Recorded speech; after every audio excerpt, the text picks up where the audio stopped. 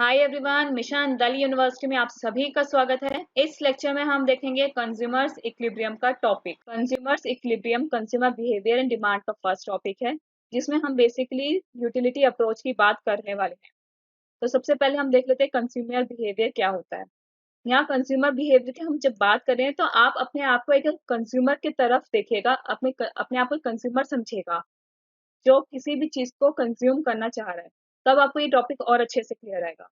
तो सबसे पहले हम देख लेते हैं कि कंज्यूमर बिहेवियर होता क्या है। जब कोई भी कंज्यूमर, मान लीजिए आप कंज्यूमर हैं, आप अपनी इनकम स्पेंड करके कुछ खरीदना चाह रहे हैं, तो जिस चीज को आप खरीदेंगे उससे आपको मैक्सिमम सेटिस्फेक्शन मिलनी चाहिए। इसी पॉइंट को ध्यान में रख के आप खरीदेंगे। तो ये जो डिसीजन लेने का जो तरीका है, प्रोसेस है, ये कंज्यूमर बिहेवियर कहलाता है। कंज्यूमर बिहेवियर किस चीज पे डिपेंड करता है, मतलब आप किस चीज को खरीदेंगे किस चीज पे डिपेंड करता है। ये डिपेंड करता है आपकी लाइक्स को, आप किस चीज को पसंद करते हैं, साथ के साथ आपकी कैपेबिलिटी को कि आप वो चीज खरीद सकते हैं या नहीं। मान लीजिए कोई चीज आपको पसंद है, एप्पल का फोन आपको पसंद है, लेकिन आप वो खरीद सकते हैं या नहीं, वो आपके बजट में आ रहा है या नहीं, तभी आप उसे खरीदेंगे। अब आपका बजट कैसे डिफाइन होगा? बजट डिफाइन होगा दो चीजों से, जिसमें सबसे पहले आएगा प्राइस, कि उस प्रोडक्ट का प्राइस क्या है और क्या वो आपकी इनकम के यानी बजट के अंदर आ रहा है। क्या आपकी इनकम इतनी है कि आप वो चीज खरीद सके, उस प्राइस की चीज खरीद सके। अगर वो प्राइस आपके बजट के अंदर है तो आप खरीद सकते हैं, आप उसे खरीद सकते हैं और आपकी पसंद का भी है। तो ये होता है कंज्यूमर बिहेवियर।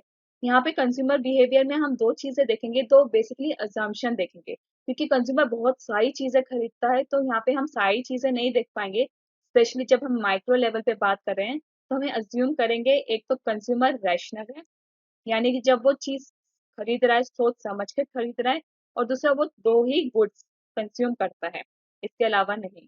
और इन दो गुड्स के बेसिस पे जो भी कॉम्बिनेशन बनेगा, क्योंकि हमारी इनकम फिक्स्ड है, हमें कॉम्बिनेशन बनाने पड़ेंगे कि कौन सा गुड हम ज्यादा खरीदे, कौन सा हम कम खरीदे। इस बेसिस पे जब हम कॉम्बिनेशन बनाएंगे तो वो कहलाता है कंजम्पशन बंडल, या सिंपल उसे हम बंडल भी कहते हैं। तो ये डिफाइन होता है कि किस तरीके से हम एज अ कंज्यूमर बिहेव करते हैं। जब भी हम किसी भी चीज को खरीदते हैं तो हम उसमें देखते हैं यूटिलिटी। यूटिलिटी अगर हम इकोनॉमिक की टर्म में बात करें तो यूटिलिटी मतलब होता है सेटिस्फेक्शन, यानी कि किसी भी कम्युनिटी की यूटिलिटी का मतलब होगा कि हमारी जो जरूरत है उसको सेटिस्फाई करने की कैपेसिटी। ये हम दो तरीकों से, दो चीजों से एनालाइज कर सकते हैं। पहला है कार्डिनल यूटिलिटी एनालिसिस और दूसरा है ऑर्डिनल यूटिलिटी एनालिसिस। पहले हम कार्डिनल यूटिलिटी एनालिसिस की बात कर लेते हैं, जिसे हम सिंगल कमोडिटी भी कहते हैं। और इसे हम सिंगल कमोडिटी क्यों कहते हैं? क्योंकि यहाँ पे हम अज्यूम करते हैं कि कंज्यूमर एक ही चीज कंज्यूम कर रहा है, और जो चीज वो कंज्यूम कर रहा है उसके लिए जो उसकी यूटिलिटी बन रही है, सेटिस्फेक्शन बन रही है, उसे वो नंबर में डिफाइन कर सकता है। ऑल्दो ये पॉसिबल नहीं है, इसलिए हम इसे अज्यूम करते हैं कार्डिनल यूटिलिटी एनालिसिस में। फॉर एग्जाम्पल, आप एक शर्ट ले रहे हैं, एक शर्ट के लिए आपकी क्या यूटिलिटी बन रही है उसे आप 50 यूनिट्स में डिफाइन कर रहे हैं। ऑल्दो ये पॉसिबल नहीं है, लेकिन जब आप इसे नंबर में डिफाइन करते हैं वो कहलाता है cardinal utility analysis. Cardinal utility analysis को हम दो तरीके से चेक कर सकते हैं, मेजर कर सकते हैं, जिसमें सबसे पहले टोटल यूटिलिटी और दूसरा है मार्जिनल यूटिलिटी। टोटल यूटिलिटी क्या होता है? जब हम किसी भी कमोडिटी को खरीदते हैं उसे हम टोटल सेटिस्फेक्शन लेते हैं, मतलब जिस कमोडिटी को हमने खरीदा उसकी क्वांटिटी जैसे हम ज्यादा ज्यादा लेते रहते हैं और उसे सेटिस्फेक्शन में मिलती रहती है, वो कहलाती है टोटल यूटिलिटी। जैसे कि आप यहाँ पिक्चर देख पा रहे हैं, पहले इस पर्सन ने एक सिप पानी लिया, फिर उसने दूसरा सिप पानी लिया, फिर तीसरा सिप पानी लिया। इसने इस कमोडिटी को 3 बार कंज्यूम किया। जैसे जैसे से इसे कंज्यूम किया इसकी यूटिलिटी बढ़ती गई। जैसे इसकी यूटिलिटी बढ़ती गई वो कहलाएगी टोटल यूटिलिटी। जब हम इसे कंज्यूम करते रहते हैं तो वो होता है टोटल यूटिलिटी। लेकिन हमने जब इसकी एक क्वांटिटी एक्स्ट्रा ली, उसमें कितनी यूटिलिटी मिली वो कहलाता है मार्जिनल यूटिलिटी। जैसे पहले एक सिप लिया, फिर दूसरा सिप लिया, एक एडिशनल हुआ यहाँ पे। जब ये एक एडिशनल हुआ उसमें कितनी यूटिलिटी मिली वो कहलाएगा मार्जिनल यूटिलिटी। मार्जिनल का मीनिंग ही इकोनॉमिक्स में होता है वन एडिशनल। किसी भी चीज की आप बात करेंगे, जब हम मार्जिनल की इसमें बात करने लगे तो हम कहेंगे एक एक्स्ट्रा। जैसे एक एक्स्ट्रा यहाँ पे उसने सिप लिया तो एक एक्स्ट्रा लेने पे कितनी यूटिलिटी मिली वो कहलाएगी मार्जिनल यूटिलिटी। जैसे जैसे हम किसी भी प्रोडक्ट को कंज्यूम करते जाते हैं, टोटल यूटिलिटी बढ़ती है, लेकिन जो एडिशनल यूटिलिटी होती है यानी मार्जिनल यूटिलिटी होती है वो कम होती जाती है, जिसे हम कहते हैं law of diminishing marginal utility. Law of diminishing marginal utility का क्या मतलब होगा? जब आप कोई प्रोडक्ट कंज्यूम कर रहे हैं, उसकी टोटल यूटिलिटी फर्स्ट यूनिट पे रहेगी 12, मान लीजिए एग्जाम्पल मैं आपको दे रही हूँ, और मार्जिनल यूटिलिटी रहेगी 12। लेकिन आपने जब इसकी एक एडिशनल यूनिट ली, टोटल यूटिलिटी तो आपकी 18 हो गई, लेकिन जो मार्जिनल यूटिलिटी है वो 6 हो गई, पहले से कम। फिर आपने एक और यूनिट ली, टोटल यूटिलिटी हो गई 22, लेकिन मार्जिनल यूटिलिटी हो गई 4। इसका मतलब जैसे जैसे आप क्वांटिटी अपनी इंक्रीज करते जाएंगे कंजम्पशन की, मार्जिनल यूटिलिटी कम हो जाएगी, और एक पॉइंट आएगा जब ये बिल्कुल जीरो हो जाएगी। जब मार्जिनल यूटिलिटी जीरो हो गई यानी कि आप उस प्रोडक्ट से कंप्लीटली सेटिस्फाई हो गए, टोटल यूटिलिटी आपकी स्टेबल हो जाएगी। और अगर आपने जबरदस्ती उसकी कंजम्पशन बढ़ाई कमोडिटी की, तो मार्जिनल यूटिलिटी हो जाएगी नेगेटिव, टोटल यूटिलिटी हो जाएगी कम। इसका एक सिंपल सा फॉर्मूला है, फॉर्मूला हम देख लेते हैं। मार्जिनल यूटिलिटी निकालने का क्या फॉर्मूला है? मार्जिनल मतलब एक्स्ट्रा, वन एडिशन। तो जिस भी कमोडिटी का यूनिट का आपको मार्जिनल यूटिलिटी निकालना है, आप क्या करेंगे? टोटल में से एक माइनस कर देंगे। मान लीजिए आपको फोर्थ का निकालना है, फोर्थ का टोटल है 24, एक माइनस करेंगे यानी कि आप थर्ड का निकालेंगे, थर्ड का है 22, माइनस के आंसर आए 2, मार्जिनल यूटिलिटी। और टोटल यूटिलिटी क्या होता है? जितनी भी मार्जिनल यूटिलिटी होते हैं सबको प्लस कर दीजिए, आपका आंसर आ जाएगा टोटल यूटिलिटी।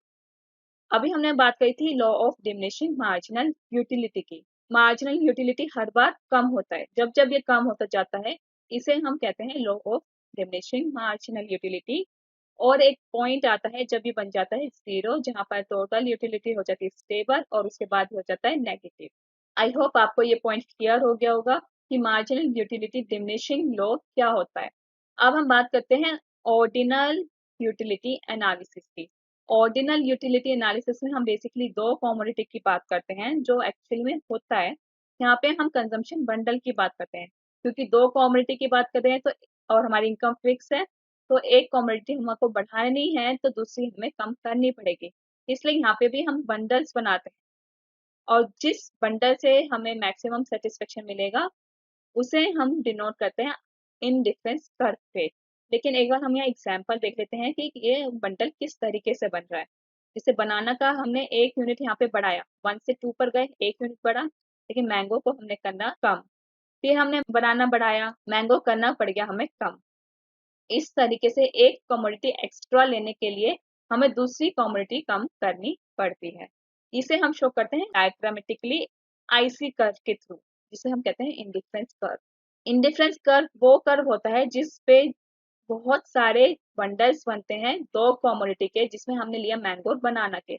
इस पे जितने भी बंडल्स बनेंगे वो सारे वो बंडल्स होंगे जो कंज्यूमर को मैक्सिमम सेटिस्फेक्शन देंगे, और इनमें से कोई भी बंडल कंज्यूमर ले सकता है क्योंकि इन सभी पर उसे इक्वल यूटिलिटी मिलेगी। इसलिए इस ग्राफ पे या इस कर्व पे जब भी कोई कंज्यूमर होता है तो वो इनडिफरेंट होता है, क्योंकि यहाँ पे इसे हर बंडल में मैक्सिमम सेटिस्फेक्शन मिलेगी। और इनडिफरेंस कर्व होता है डाउनवर्ड स्लोपिंग। और ये डाउनवर्ड स्लोपिंग क्यों होता है अभी हम देख चुके हैं। एक यूनिट बढ़ानी है हमें बनाना की, तो मैंगो की हमें करनी पड़ेगी कम। जैसे जैसे हम यूनिट बढ़ाते जाएंगे मैंगो की हम कम करते जाएंगे, तो इसका स्लोप बनेगा डाउनवर्ड स्लोपिंग। तो जब हम एक यूनिट हम बनाना की बढ़ा रहे हैं, बदले हम उसका सब्स्टिट्यूशन क्या कर रहे हैं? मैंगो हम कम कर रहे हैं। मैंगो जब हम कम कर रहे हैं यानी मैंगो को हम सेक्रीफाइस कर रहे हैं, तो हम बनाना बढ़ा रहे हैं। बनाना को बढ़ाने के लिए जो हम मैंगो सब्स्टिट्यूट कर रहे हैं उसे हम कहते हैं मार्जिनल रेट ऑफ सब्स्टिट्यूशन।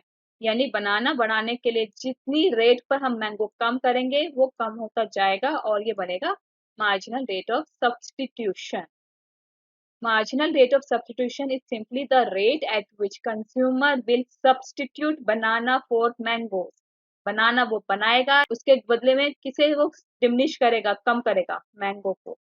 तो इस वजह से उसकी यूटिलिटी सेम रहेगी, जिसे हम इस तरीके से भी रिप्रेजेंट कर सकते हैं, change in y upon change in x। और इसे हम कहते हैं law of diminishing marginal rate of substitution, क्योंकि बनाना के लिए जो हम सब्सटीट्यूट कर रहे हैं वो हमेशा हम कम करेंगे, डिमिनिश करेंगे, इसलिए diminishing marginal rate of substitution इसे हम कहते हैं। अब हम देख लेते हैं आईसी कर्व के फीचर्स। आईसी कर्व का पहला फीचर जो है डाउनवर्ड स्लोपिंग, ये हम डिस्कस कर चुके हैं और हम ये भी देख चुके हैं कि ये डाउनवर्ड स्लोपिंग क्यों होता है। सेकेंड फीचर है इसका कि जितना हायर इंडिफरेंस कर्व होगा उतनी ही यूटिलिटी ज्यादा होगी। हायर इंडिफरेंस कर्व मतलब जैसे ये एग्जांपल आप देख रहे हैं, यहाँ पे 3 इंडिफरेंस कर्व है। जैसे जैसे आप इसका डायग्राम बढ़ाते जाएंगे, हायर इंडिफरेंस कर्व करते जाएंगे, यूटिलिटी आपकी बढ़ती जाएगी। मैंगो आपने सेम मान लिया, लेकिन बनाना में आपकी यूटिलिटी सेम नहीं है, वो बढ़ रही है। जितना हायर इसका ग्राफ जाएगा उतनी यूटिलिटी आपको बढ़ेगी। और ये जो ग्राफ कहलाता है जिसमें हम बहुत सारे इंडिफरेंस कर्व एक साथ रिप्रेजेंट करते हैं, वो कहलाता है इंडिफरेंस मेथड। थर्ड है, टू इंडिफरेंस कर्व कभी भी एक साथ इंटरसेक्ट नहीं कर सकते। क्यों? जैसे ही इन्होंने इंटरसेक्ट किया तो ये जो दो अलग अलग इंडिफरेंस कर्व है, इसका मतलब हो जाएगा इन दोनों पर equal satisfaction, equal utility consumer ले रहा है। लेकिन आप ध्यान से देखिए जो अपर पार्ट है, अपर पार्ट में ये जो राइट साइड पर हमारा इंडिफरेंस कर्व है, अगर हम पिछला इसका फीचर देखें उसके अकॉर्डिंग हमें इस वाले पर मैक्सिमम सेटिस्फेक्शन मिलना चाहिए, लेकिन ये इंटरसेक्ट कर रहा है तो इसका मतलब हमारे को दोनों पे ही बराबर मिल रहा है, जो कि पॉसिबल नहीं है। इसलिए इंडिफरेंस कर्व कभी भी इंटरसेक्ट नहीं करते। तो अभी तक हमने जो कंसेप्ट पढ़ा है, आई होप आप लोगों को समझ आया होगा। इसके बेसिस पे कुछ क्वेश्चंस देख लेते हैं। जैसे पहला क्वेश्चन है ये, इसमें आपको बताना है कि इंडिफरेंस कर्व जो डिक्लाइन होता है उसका इसमें से एक्सप्लेनेशन वैलिड कौन सा है। 4 पॉइंट यहाँ दिए हैं, आप इसका आंसर अपने पास लिख के रखिए, हम इसके आंसर्स लास्ट में देखेंगे। सेकेंड क्वेश्चन है, कार्डिनल यूटिलिटी एनालिसिस के बारे में यहाँ 4 फीचर्स दिए गए हैं, इनमें से कौन सा फीचर ट्रू नहीं है वो आपको यहाँ पर बताना है। आप अपनी स्क्रीन पॉज करिए, आंसर लिखिए, देन नेक्स्ट क्वेश्चन पे चलिए। नेक्स्ट क्वेश्चन है, यहाँ पे इंडिफरेंस कर्व के बारे में जो फीचर्स दिए गए हैं इनमें से एक फीचर गलत है, कौन सा? आपको इसमें ये बताना है कि कौन सा फीचर गलत है। नेक्स्ट क्वेश्चन है, कंज्यूमर इक्विलिब्रियम किस चीज पे डिपेंड करता है। यहाँ पे 4 पॉइंट्स हैं, इन चारों पॉइंट्स को पढ़िए, अपना आंसर लिखिए। अब हम देखेंगे कि कौन से क्वेश्चन का क्या आंसर है। तो ये रही आंसर की, यहाँ पे आप आंसर अपने टैली कर सकते हैं। आई होप आप लोगों को ये कंसेप्ट समझ आया होगा। अगर आपको कोई भी डाउट है इको के रिगार्डिंग तो आप मुझे इंस्टाग्राम पे पूछ सकते हैं। मेरा यूजर आईडी है डेली बाइट्स कनिका, इसे आप इंस्टाग्राम पे सर्च कर सकते हैं और वहाँ पे आप इको के रिगार्डिंग जो भी डाउट है मेरे से पूछ सकते हैं। और आप हमारा टेलीग्राम ग्रुप जो है मिशन दिल्ली यूनिवर्सिटी, वो भी ज्वाइन कर सकते हैं दिल्ली यूनिवर्सिटी के रिगार्डिंग जो भी अपडेट्स हैं उन्हें पाने के लिए। तो अब तक के लिए इतना ही, बने रहे हमारे साथ व्हाट्सएप, फेसबुक, इंस्टाग्राम, टेलीग्राम पे। इंस्टाग्राम का और टेलीग्राम का लिंक मैं आपके साथ डिस्क्रिप्शन बॉक्स में शेयर कर दूंगी। Thank you, have a nice day, stay blessed, stay tuned. Comment करना ना भूले और मिशन दिल्ली यूनिवर्सिटी को सब्सक्राइब करना ना भूलें।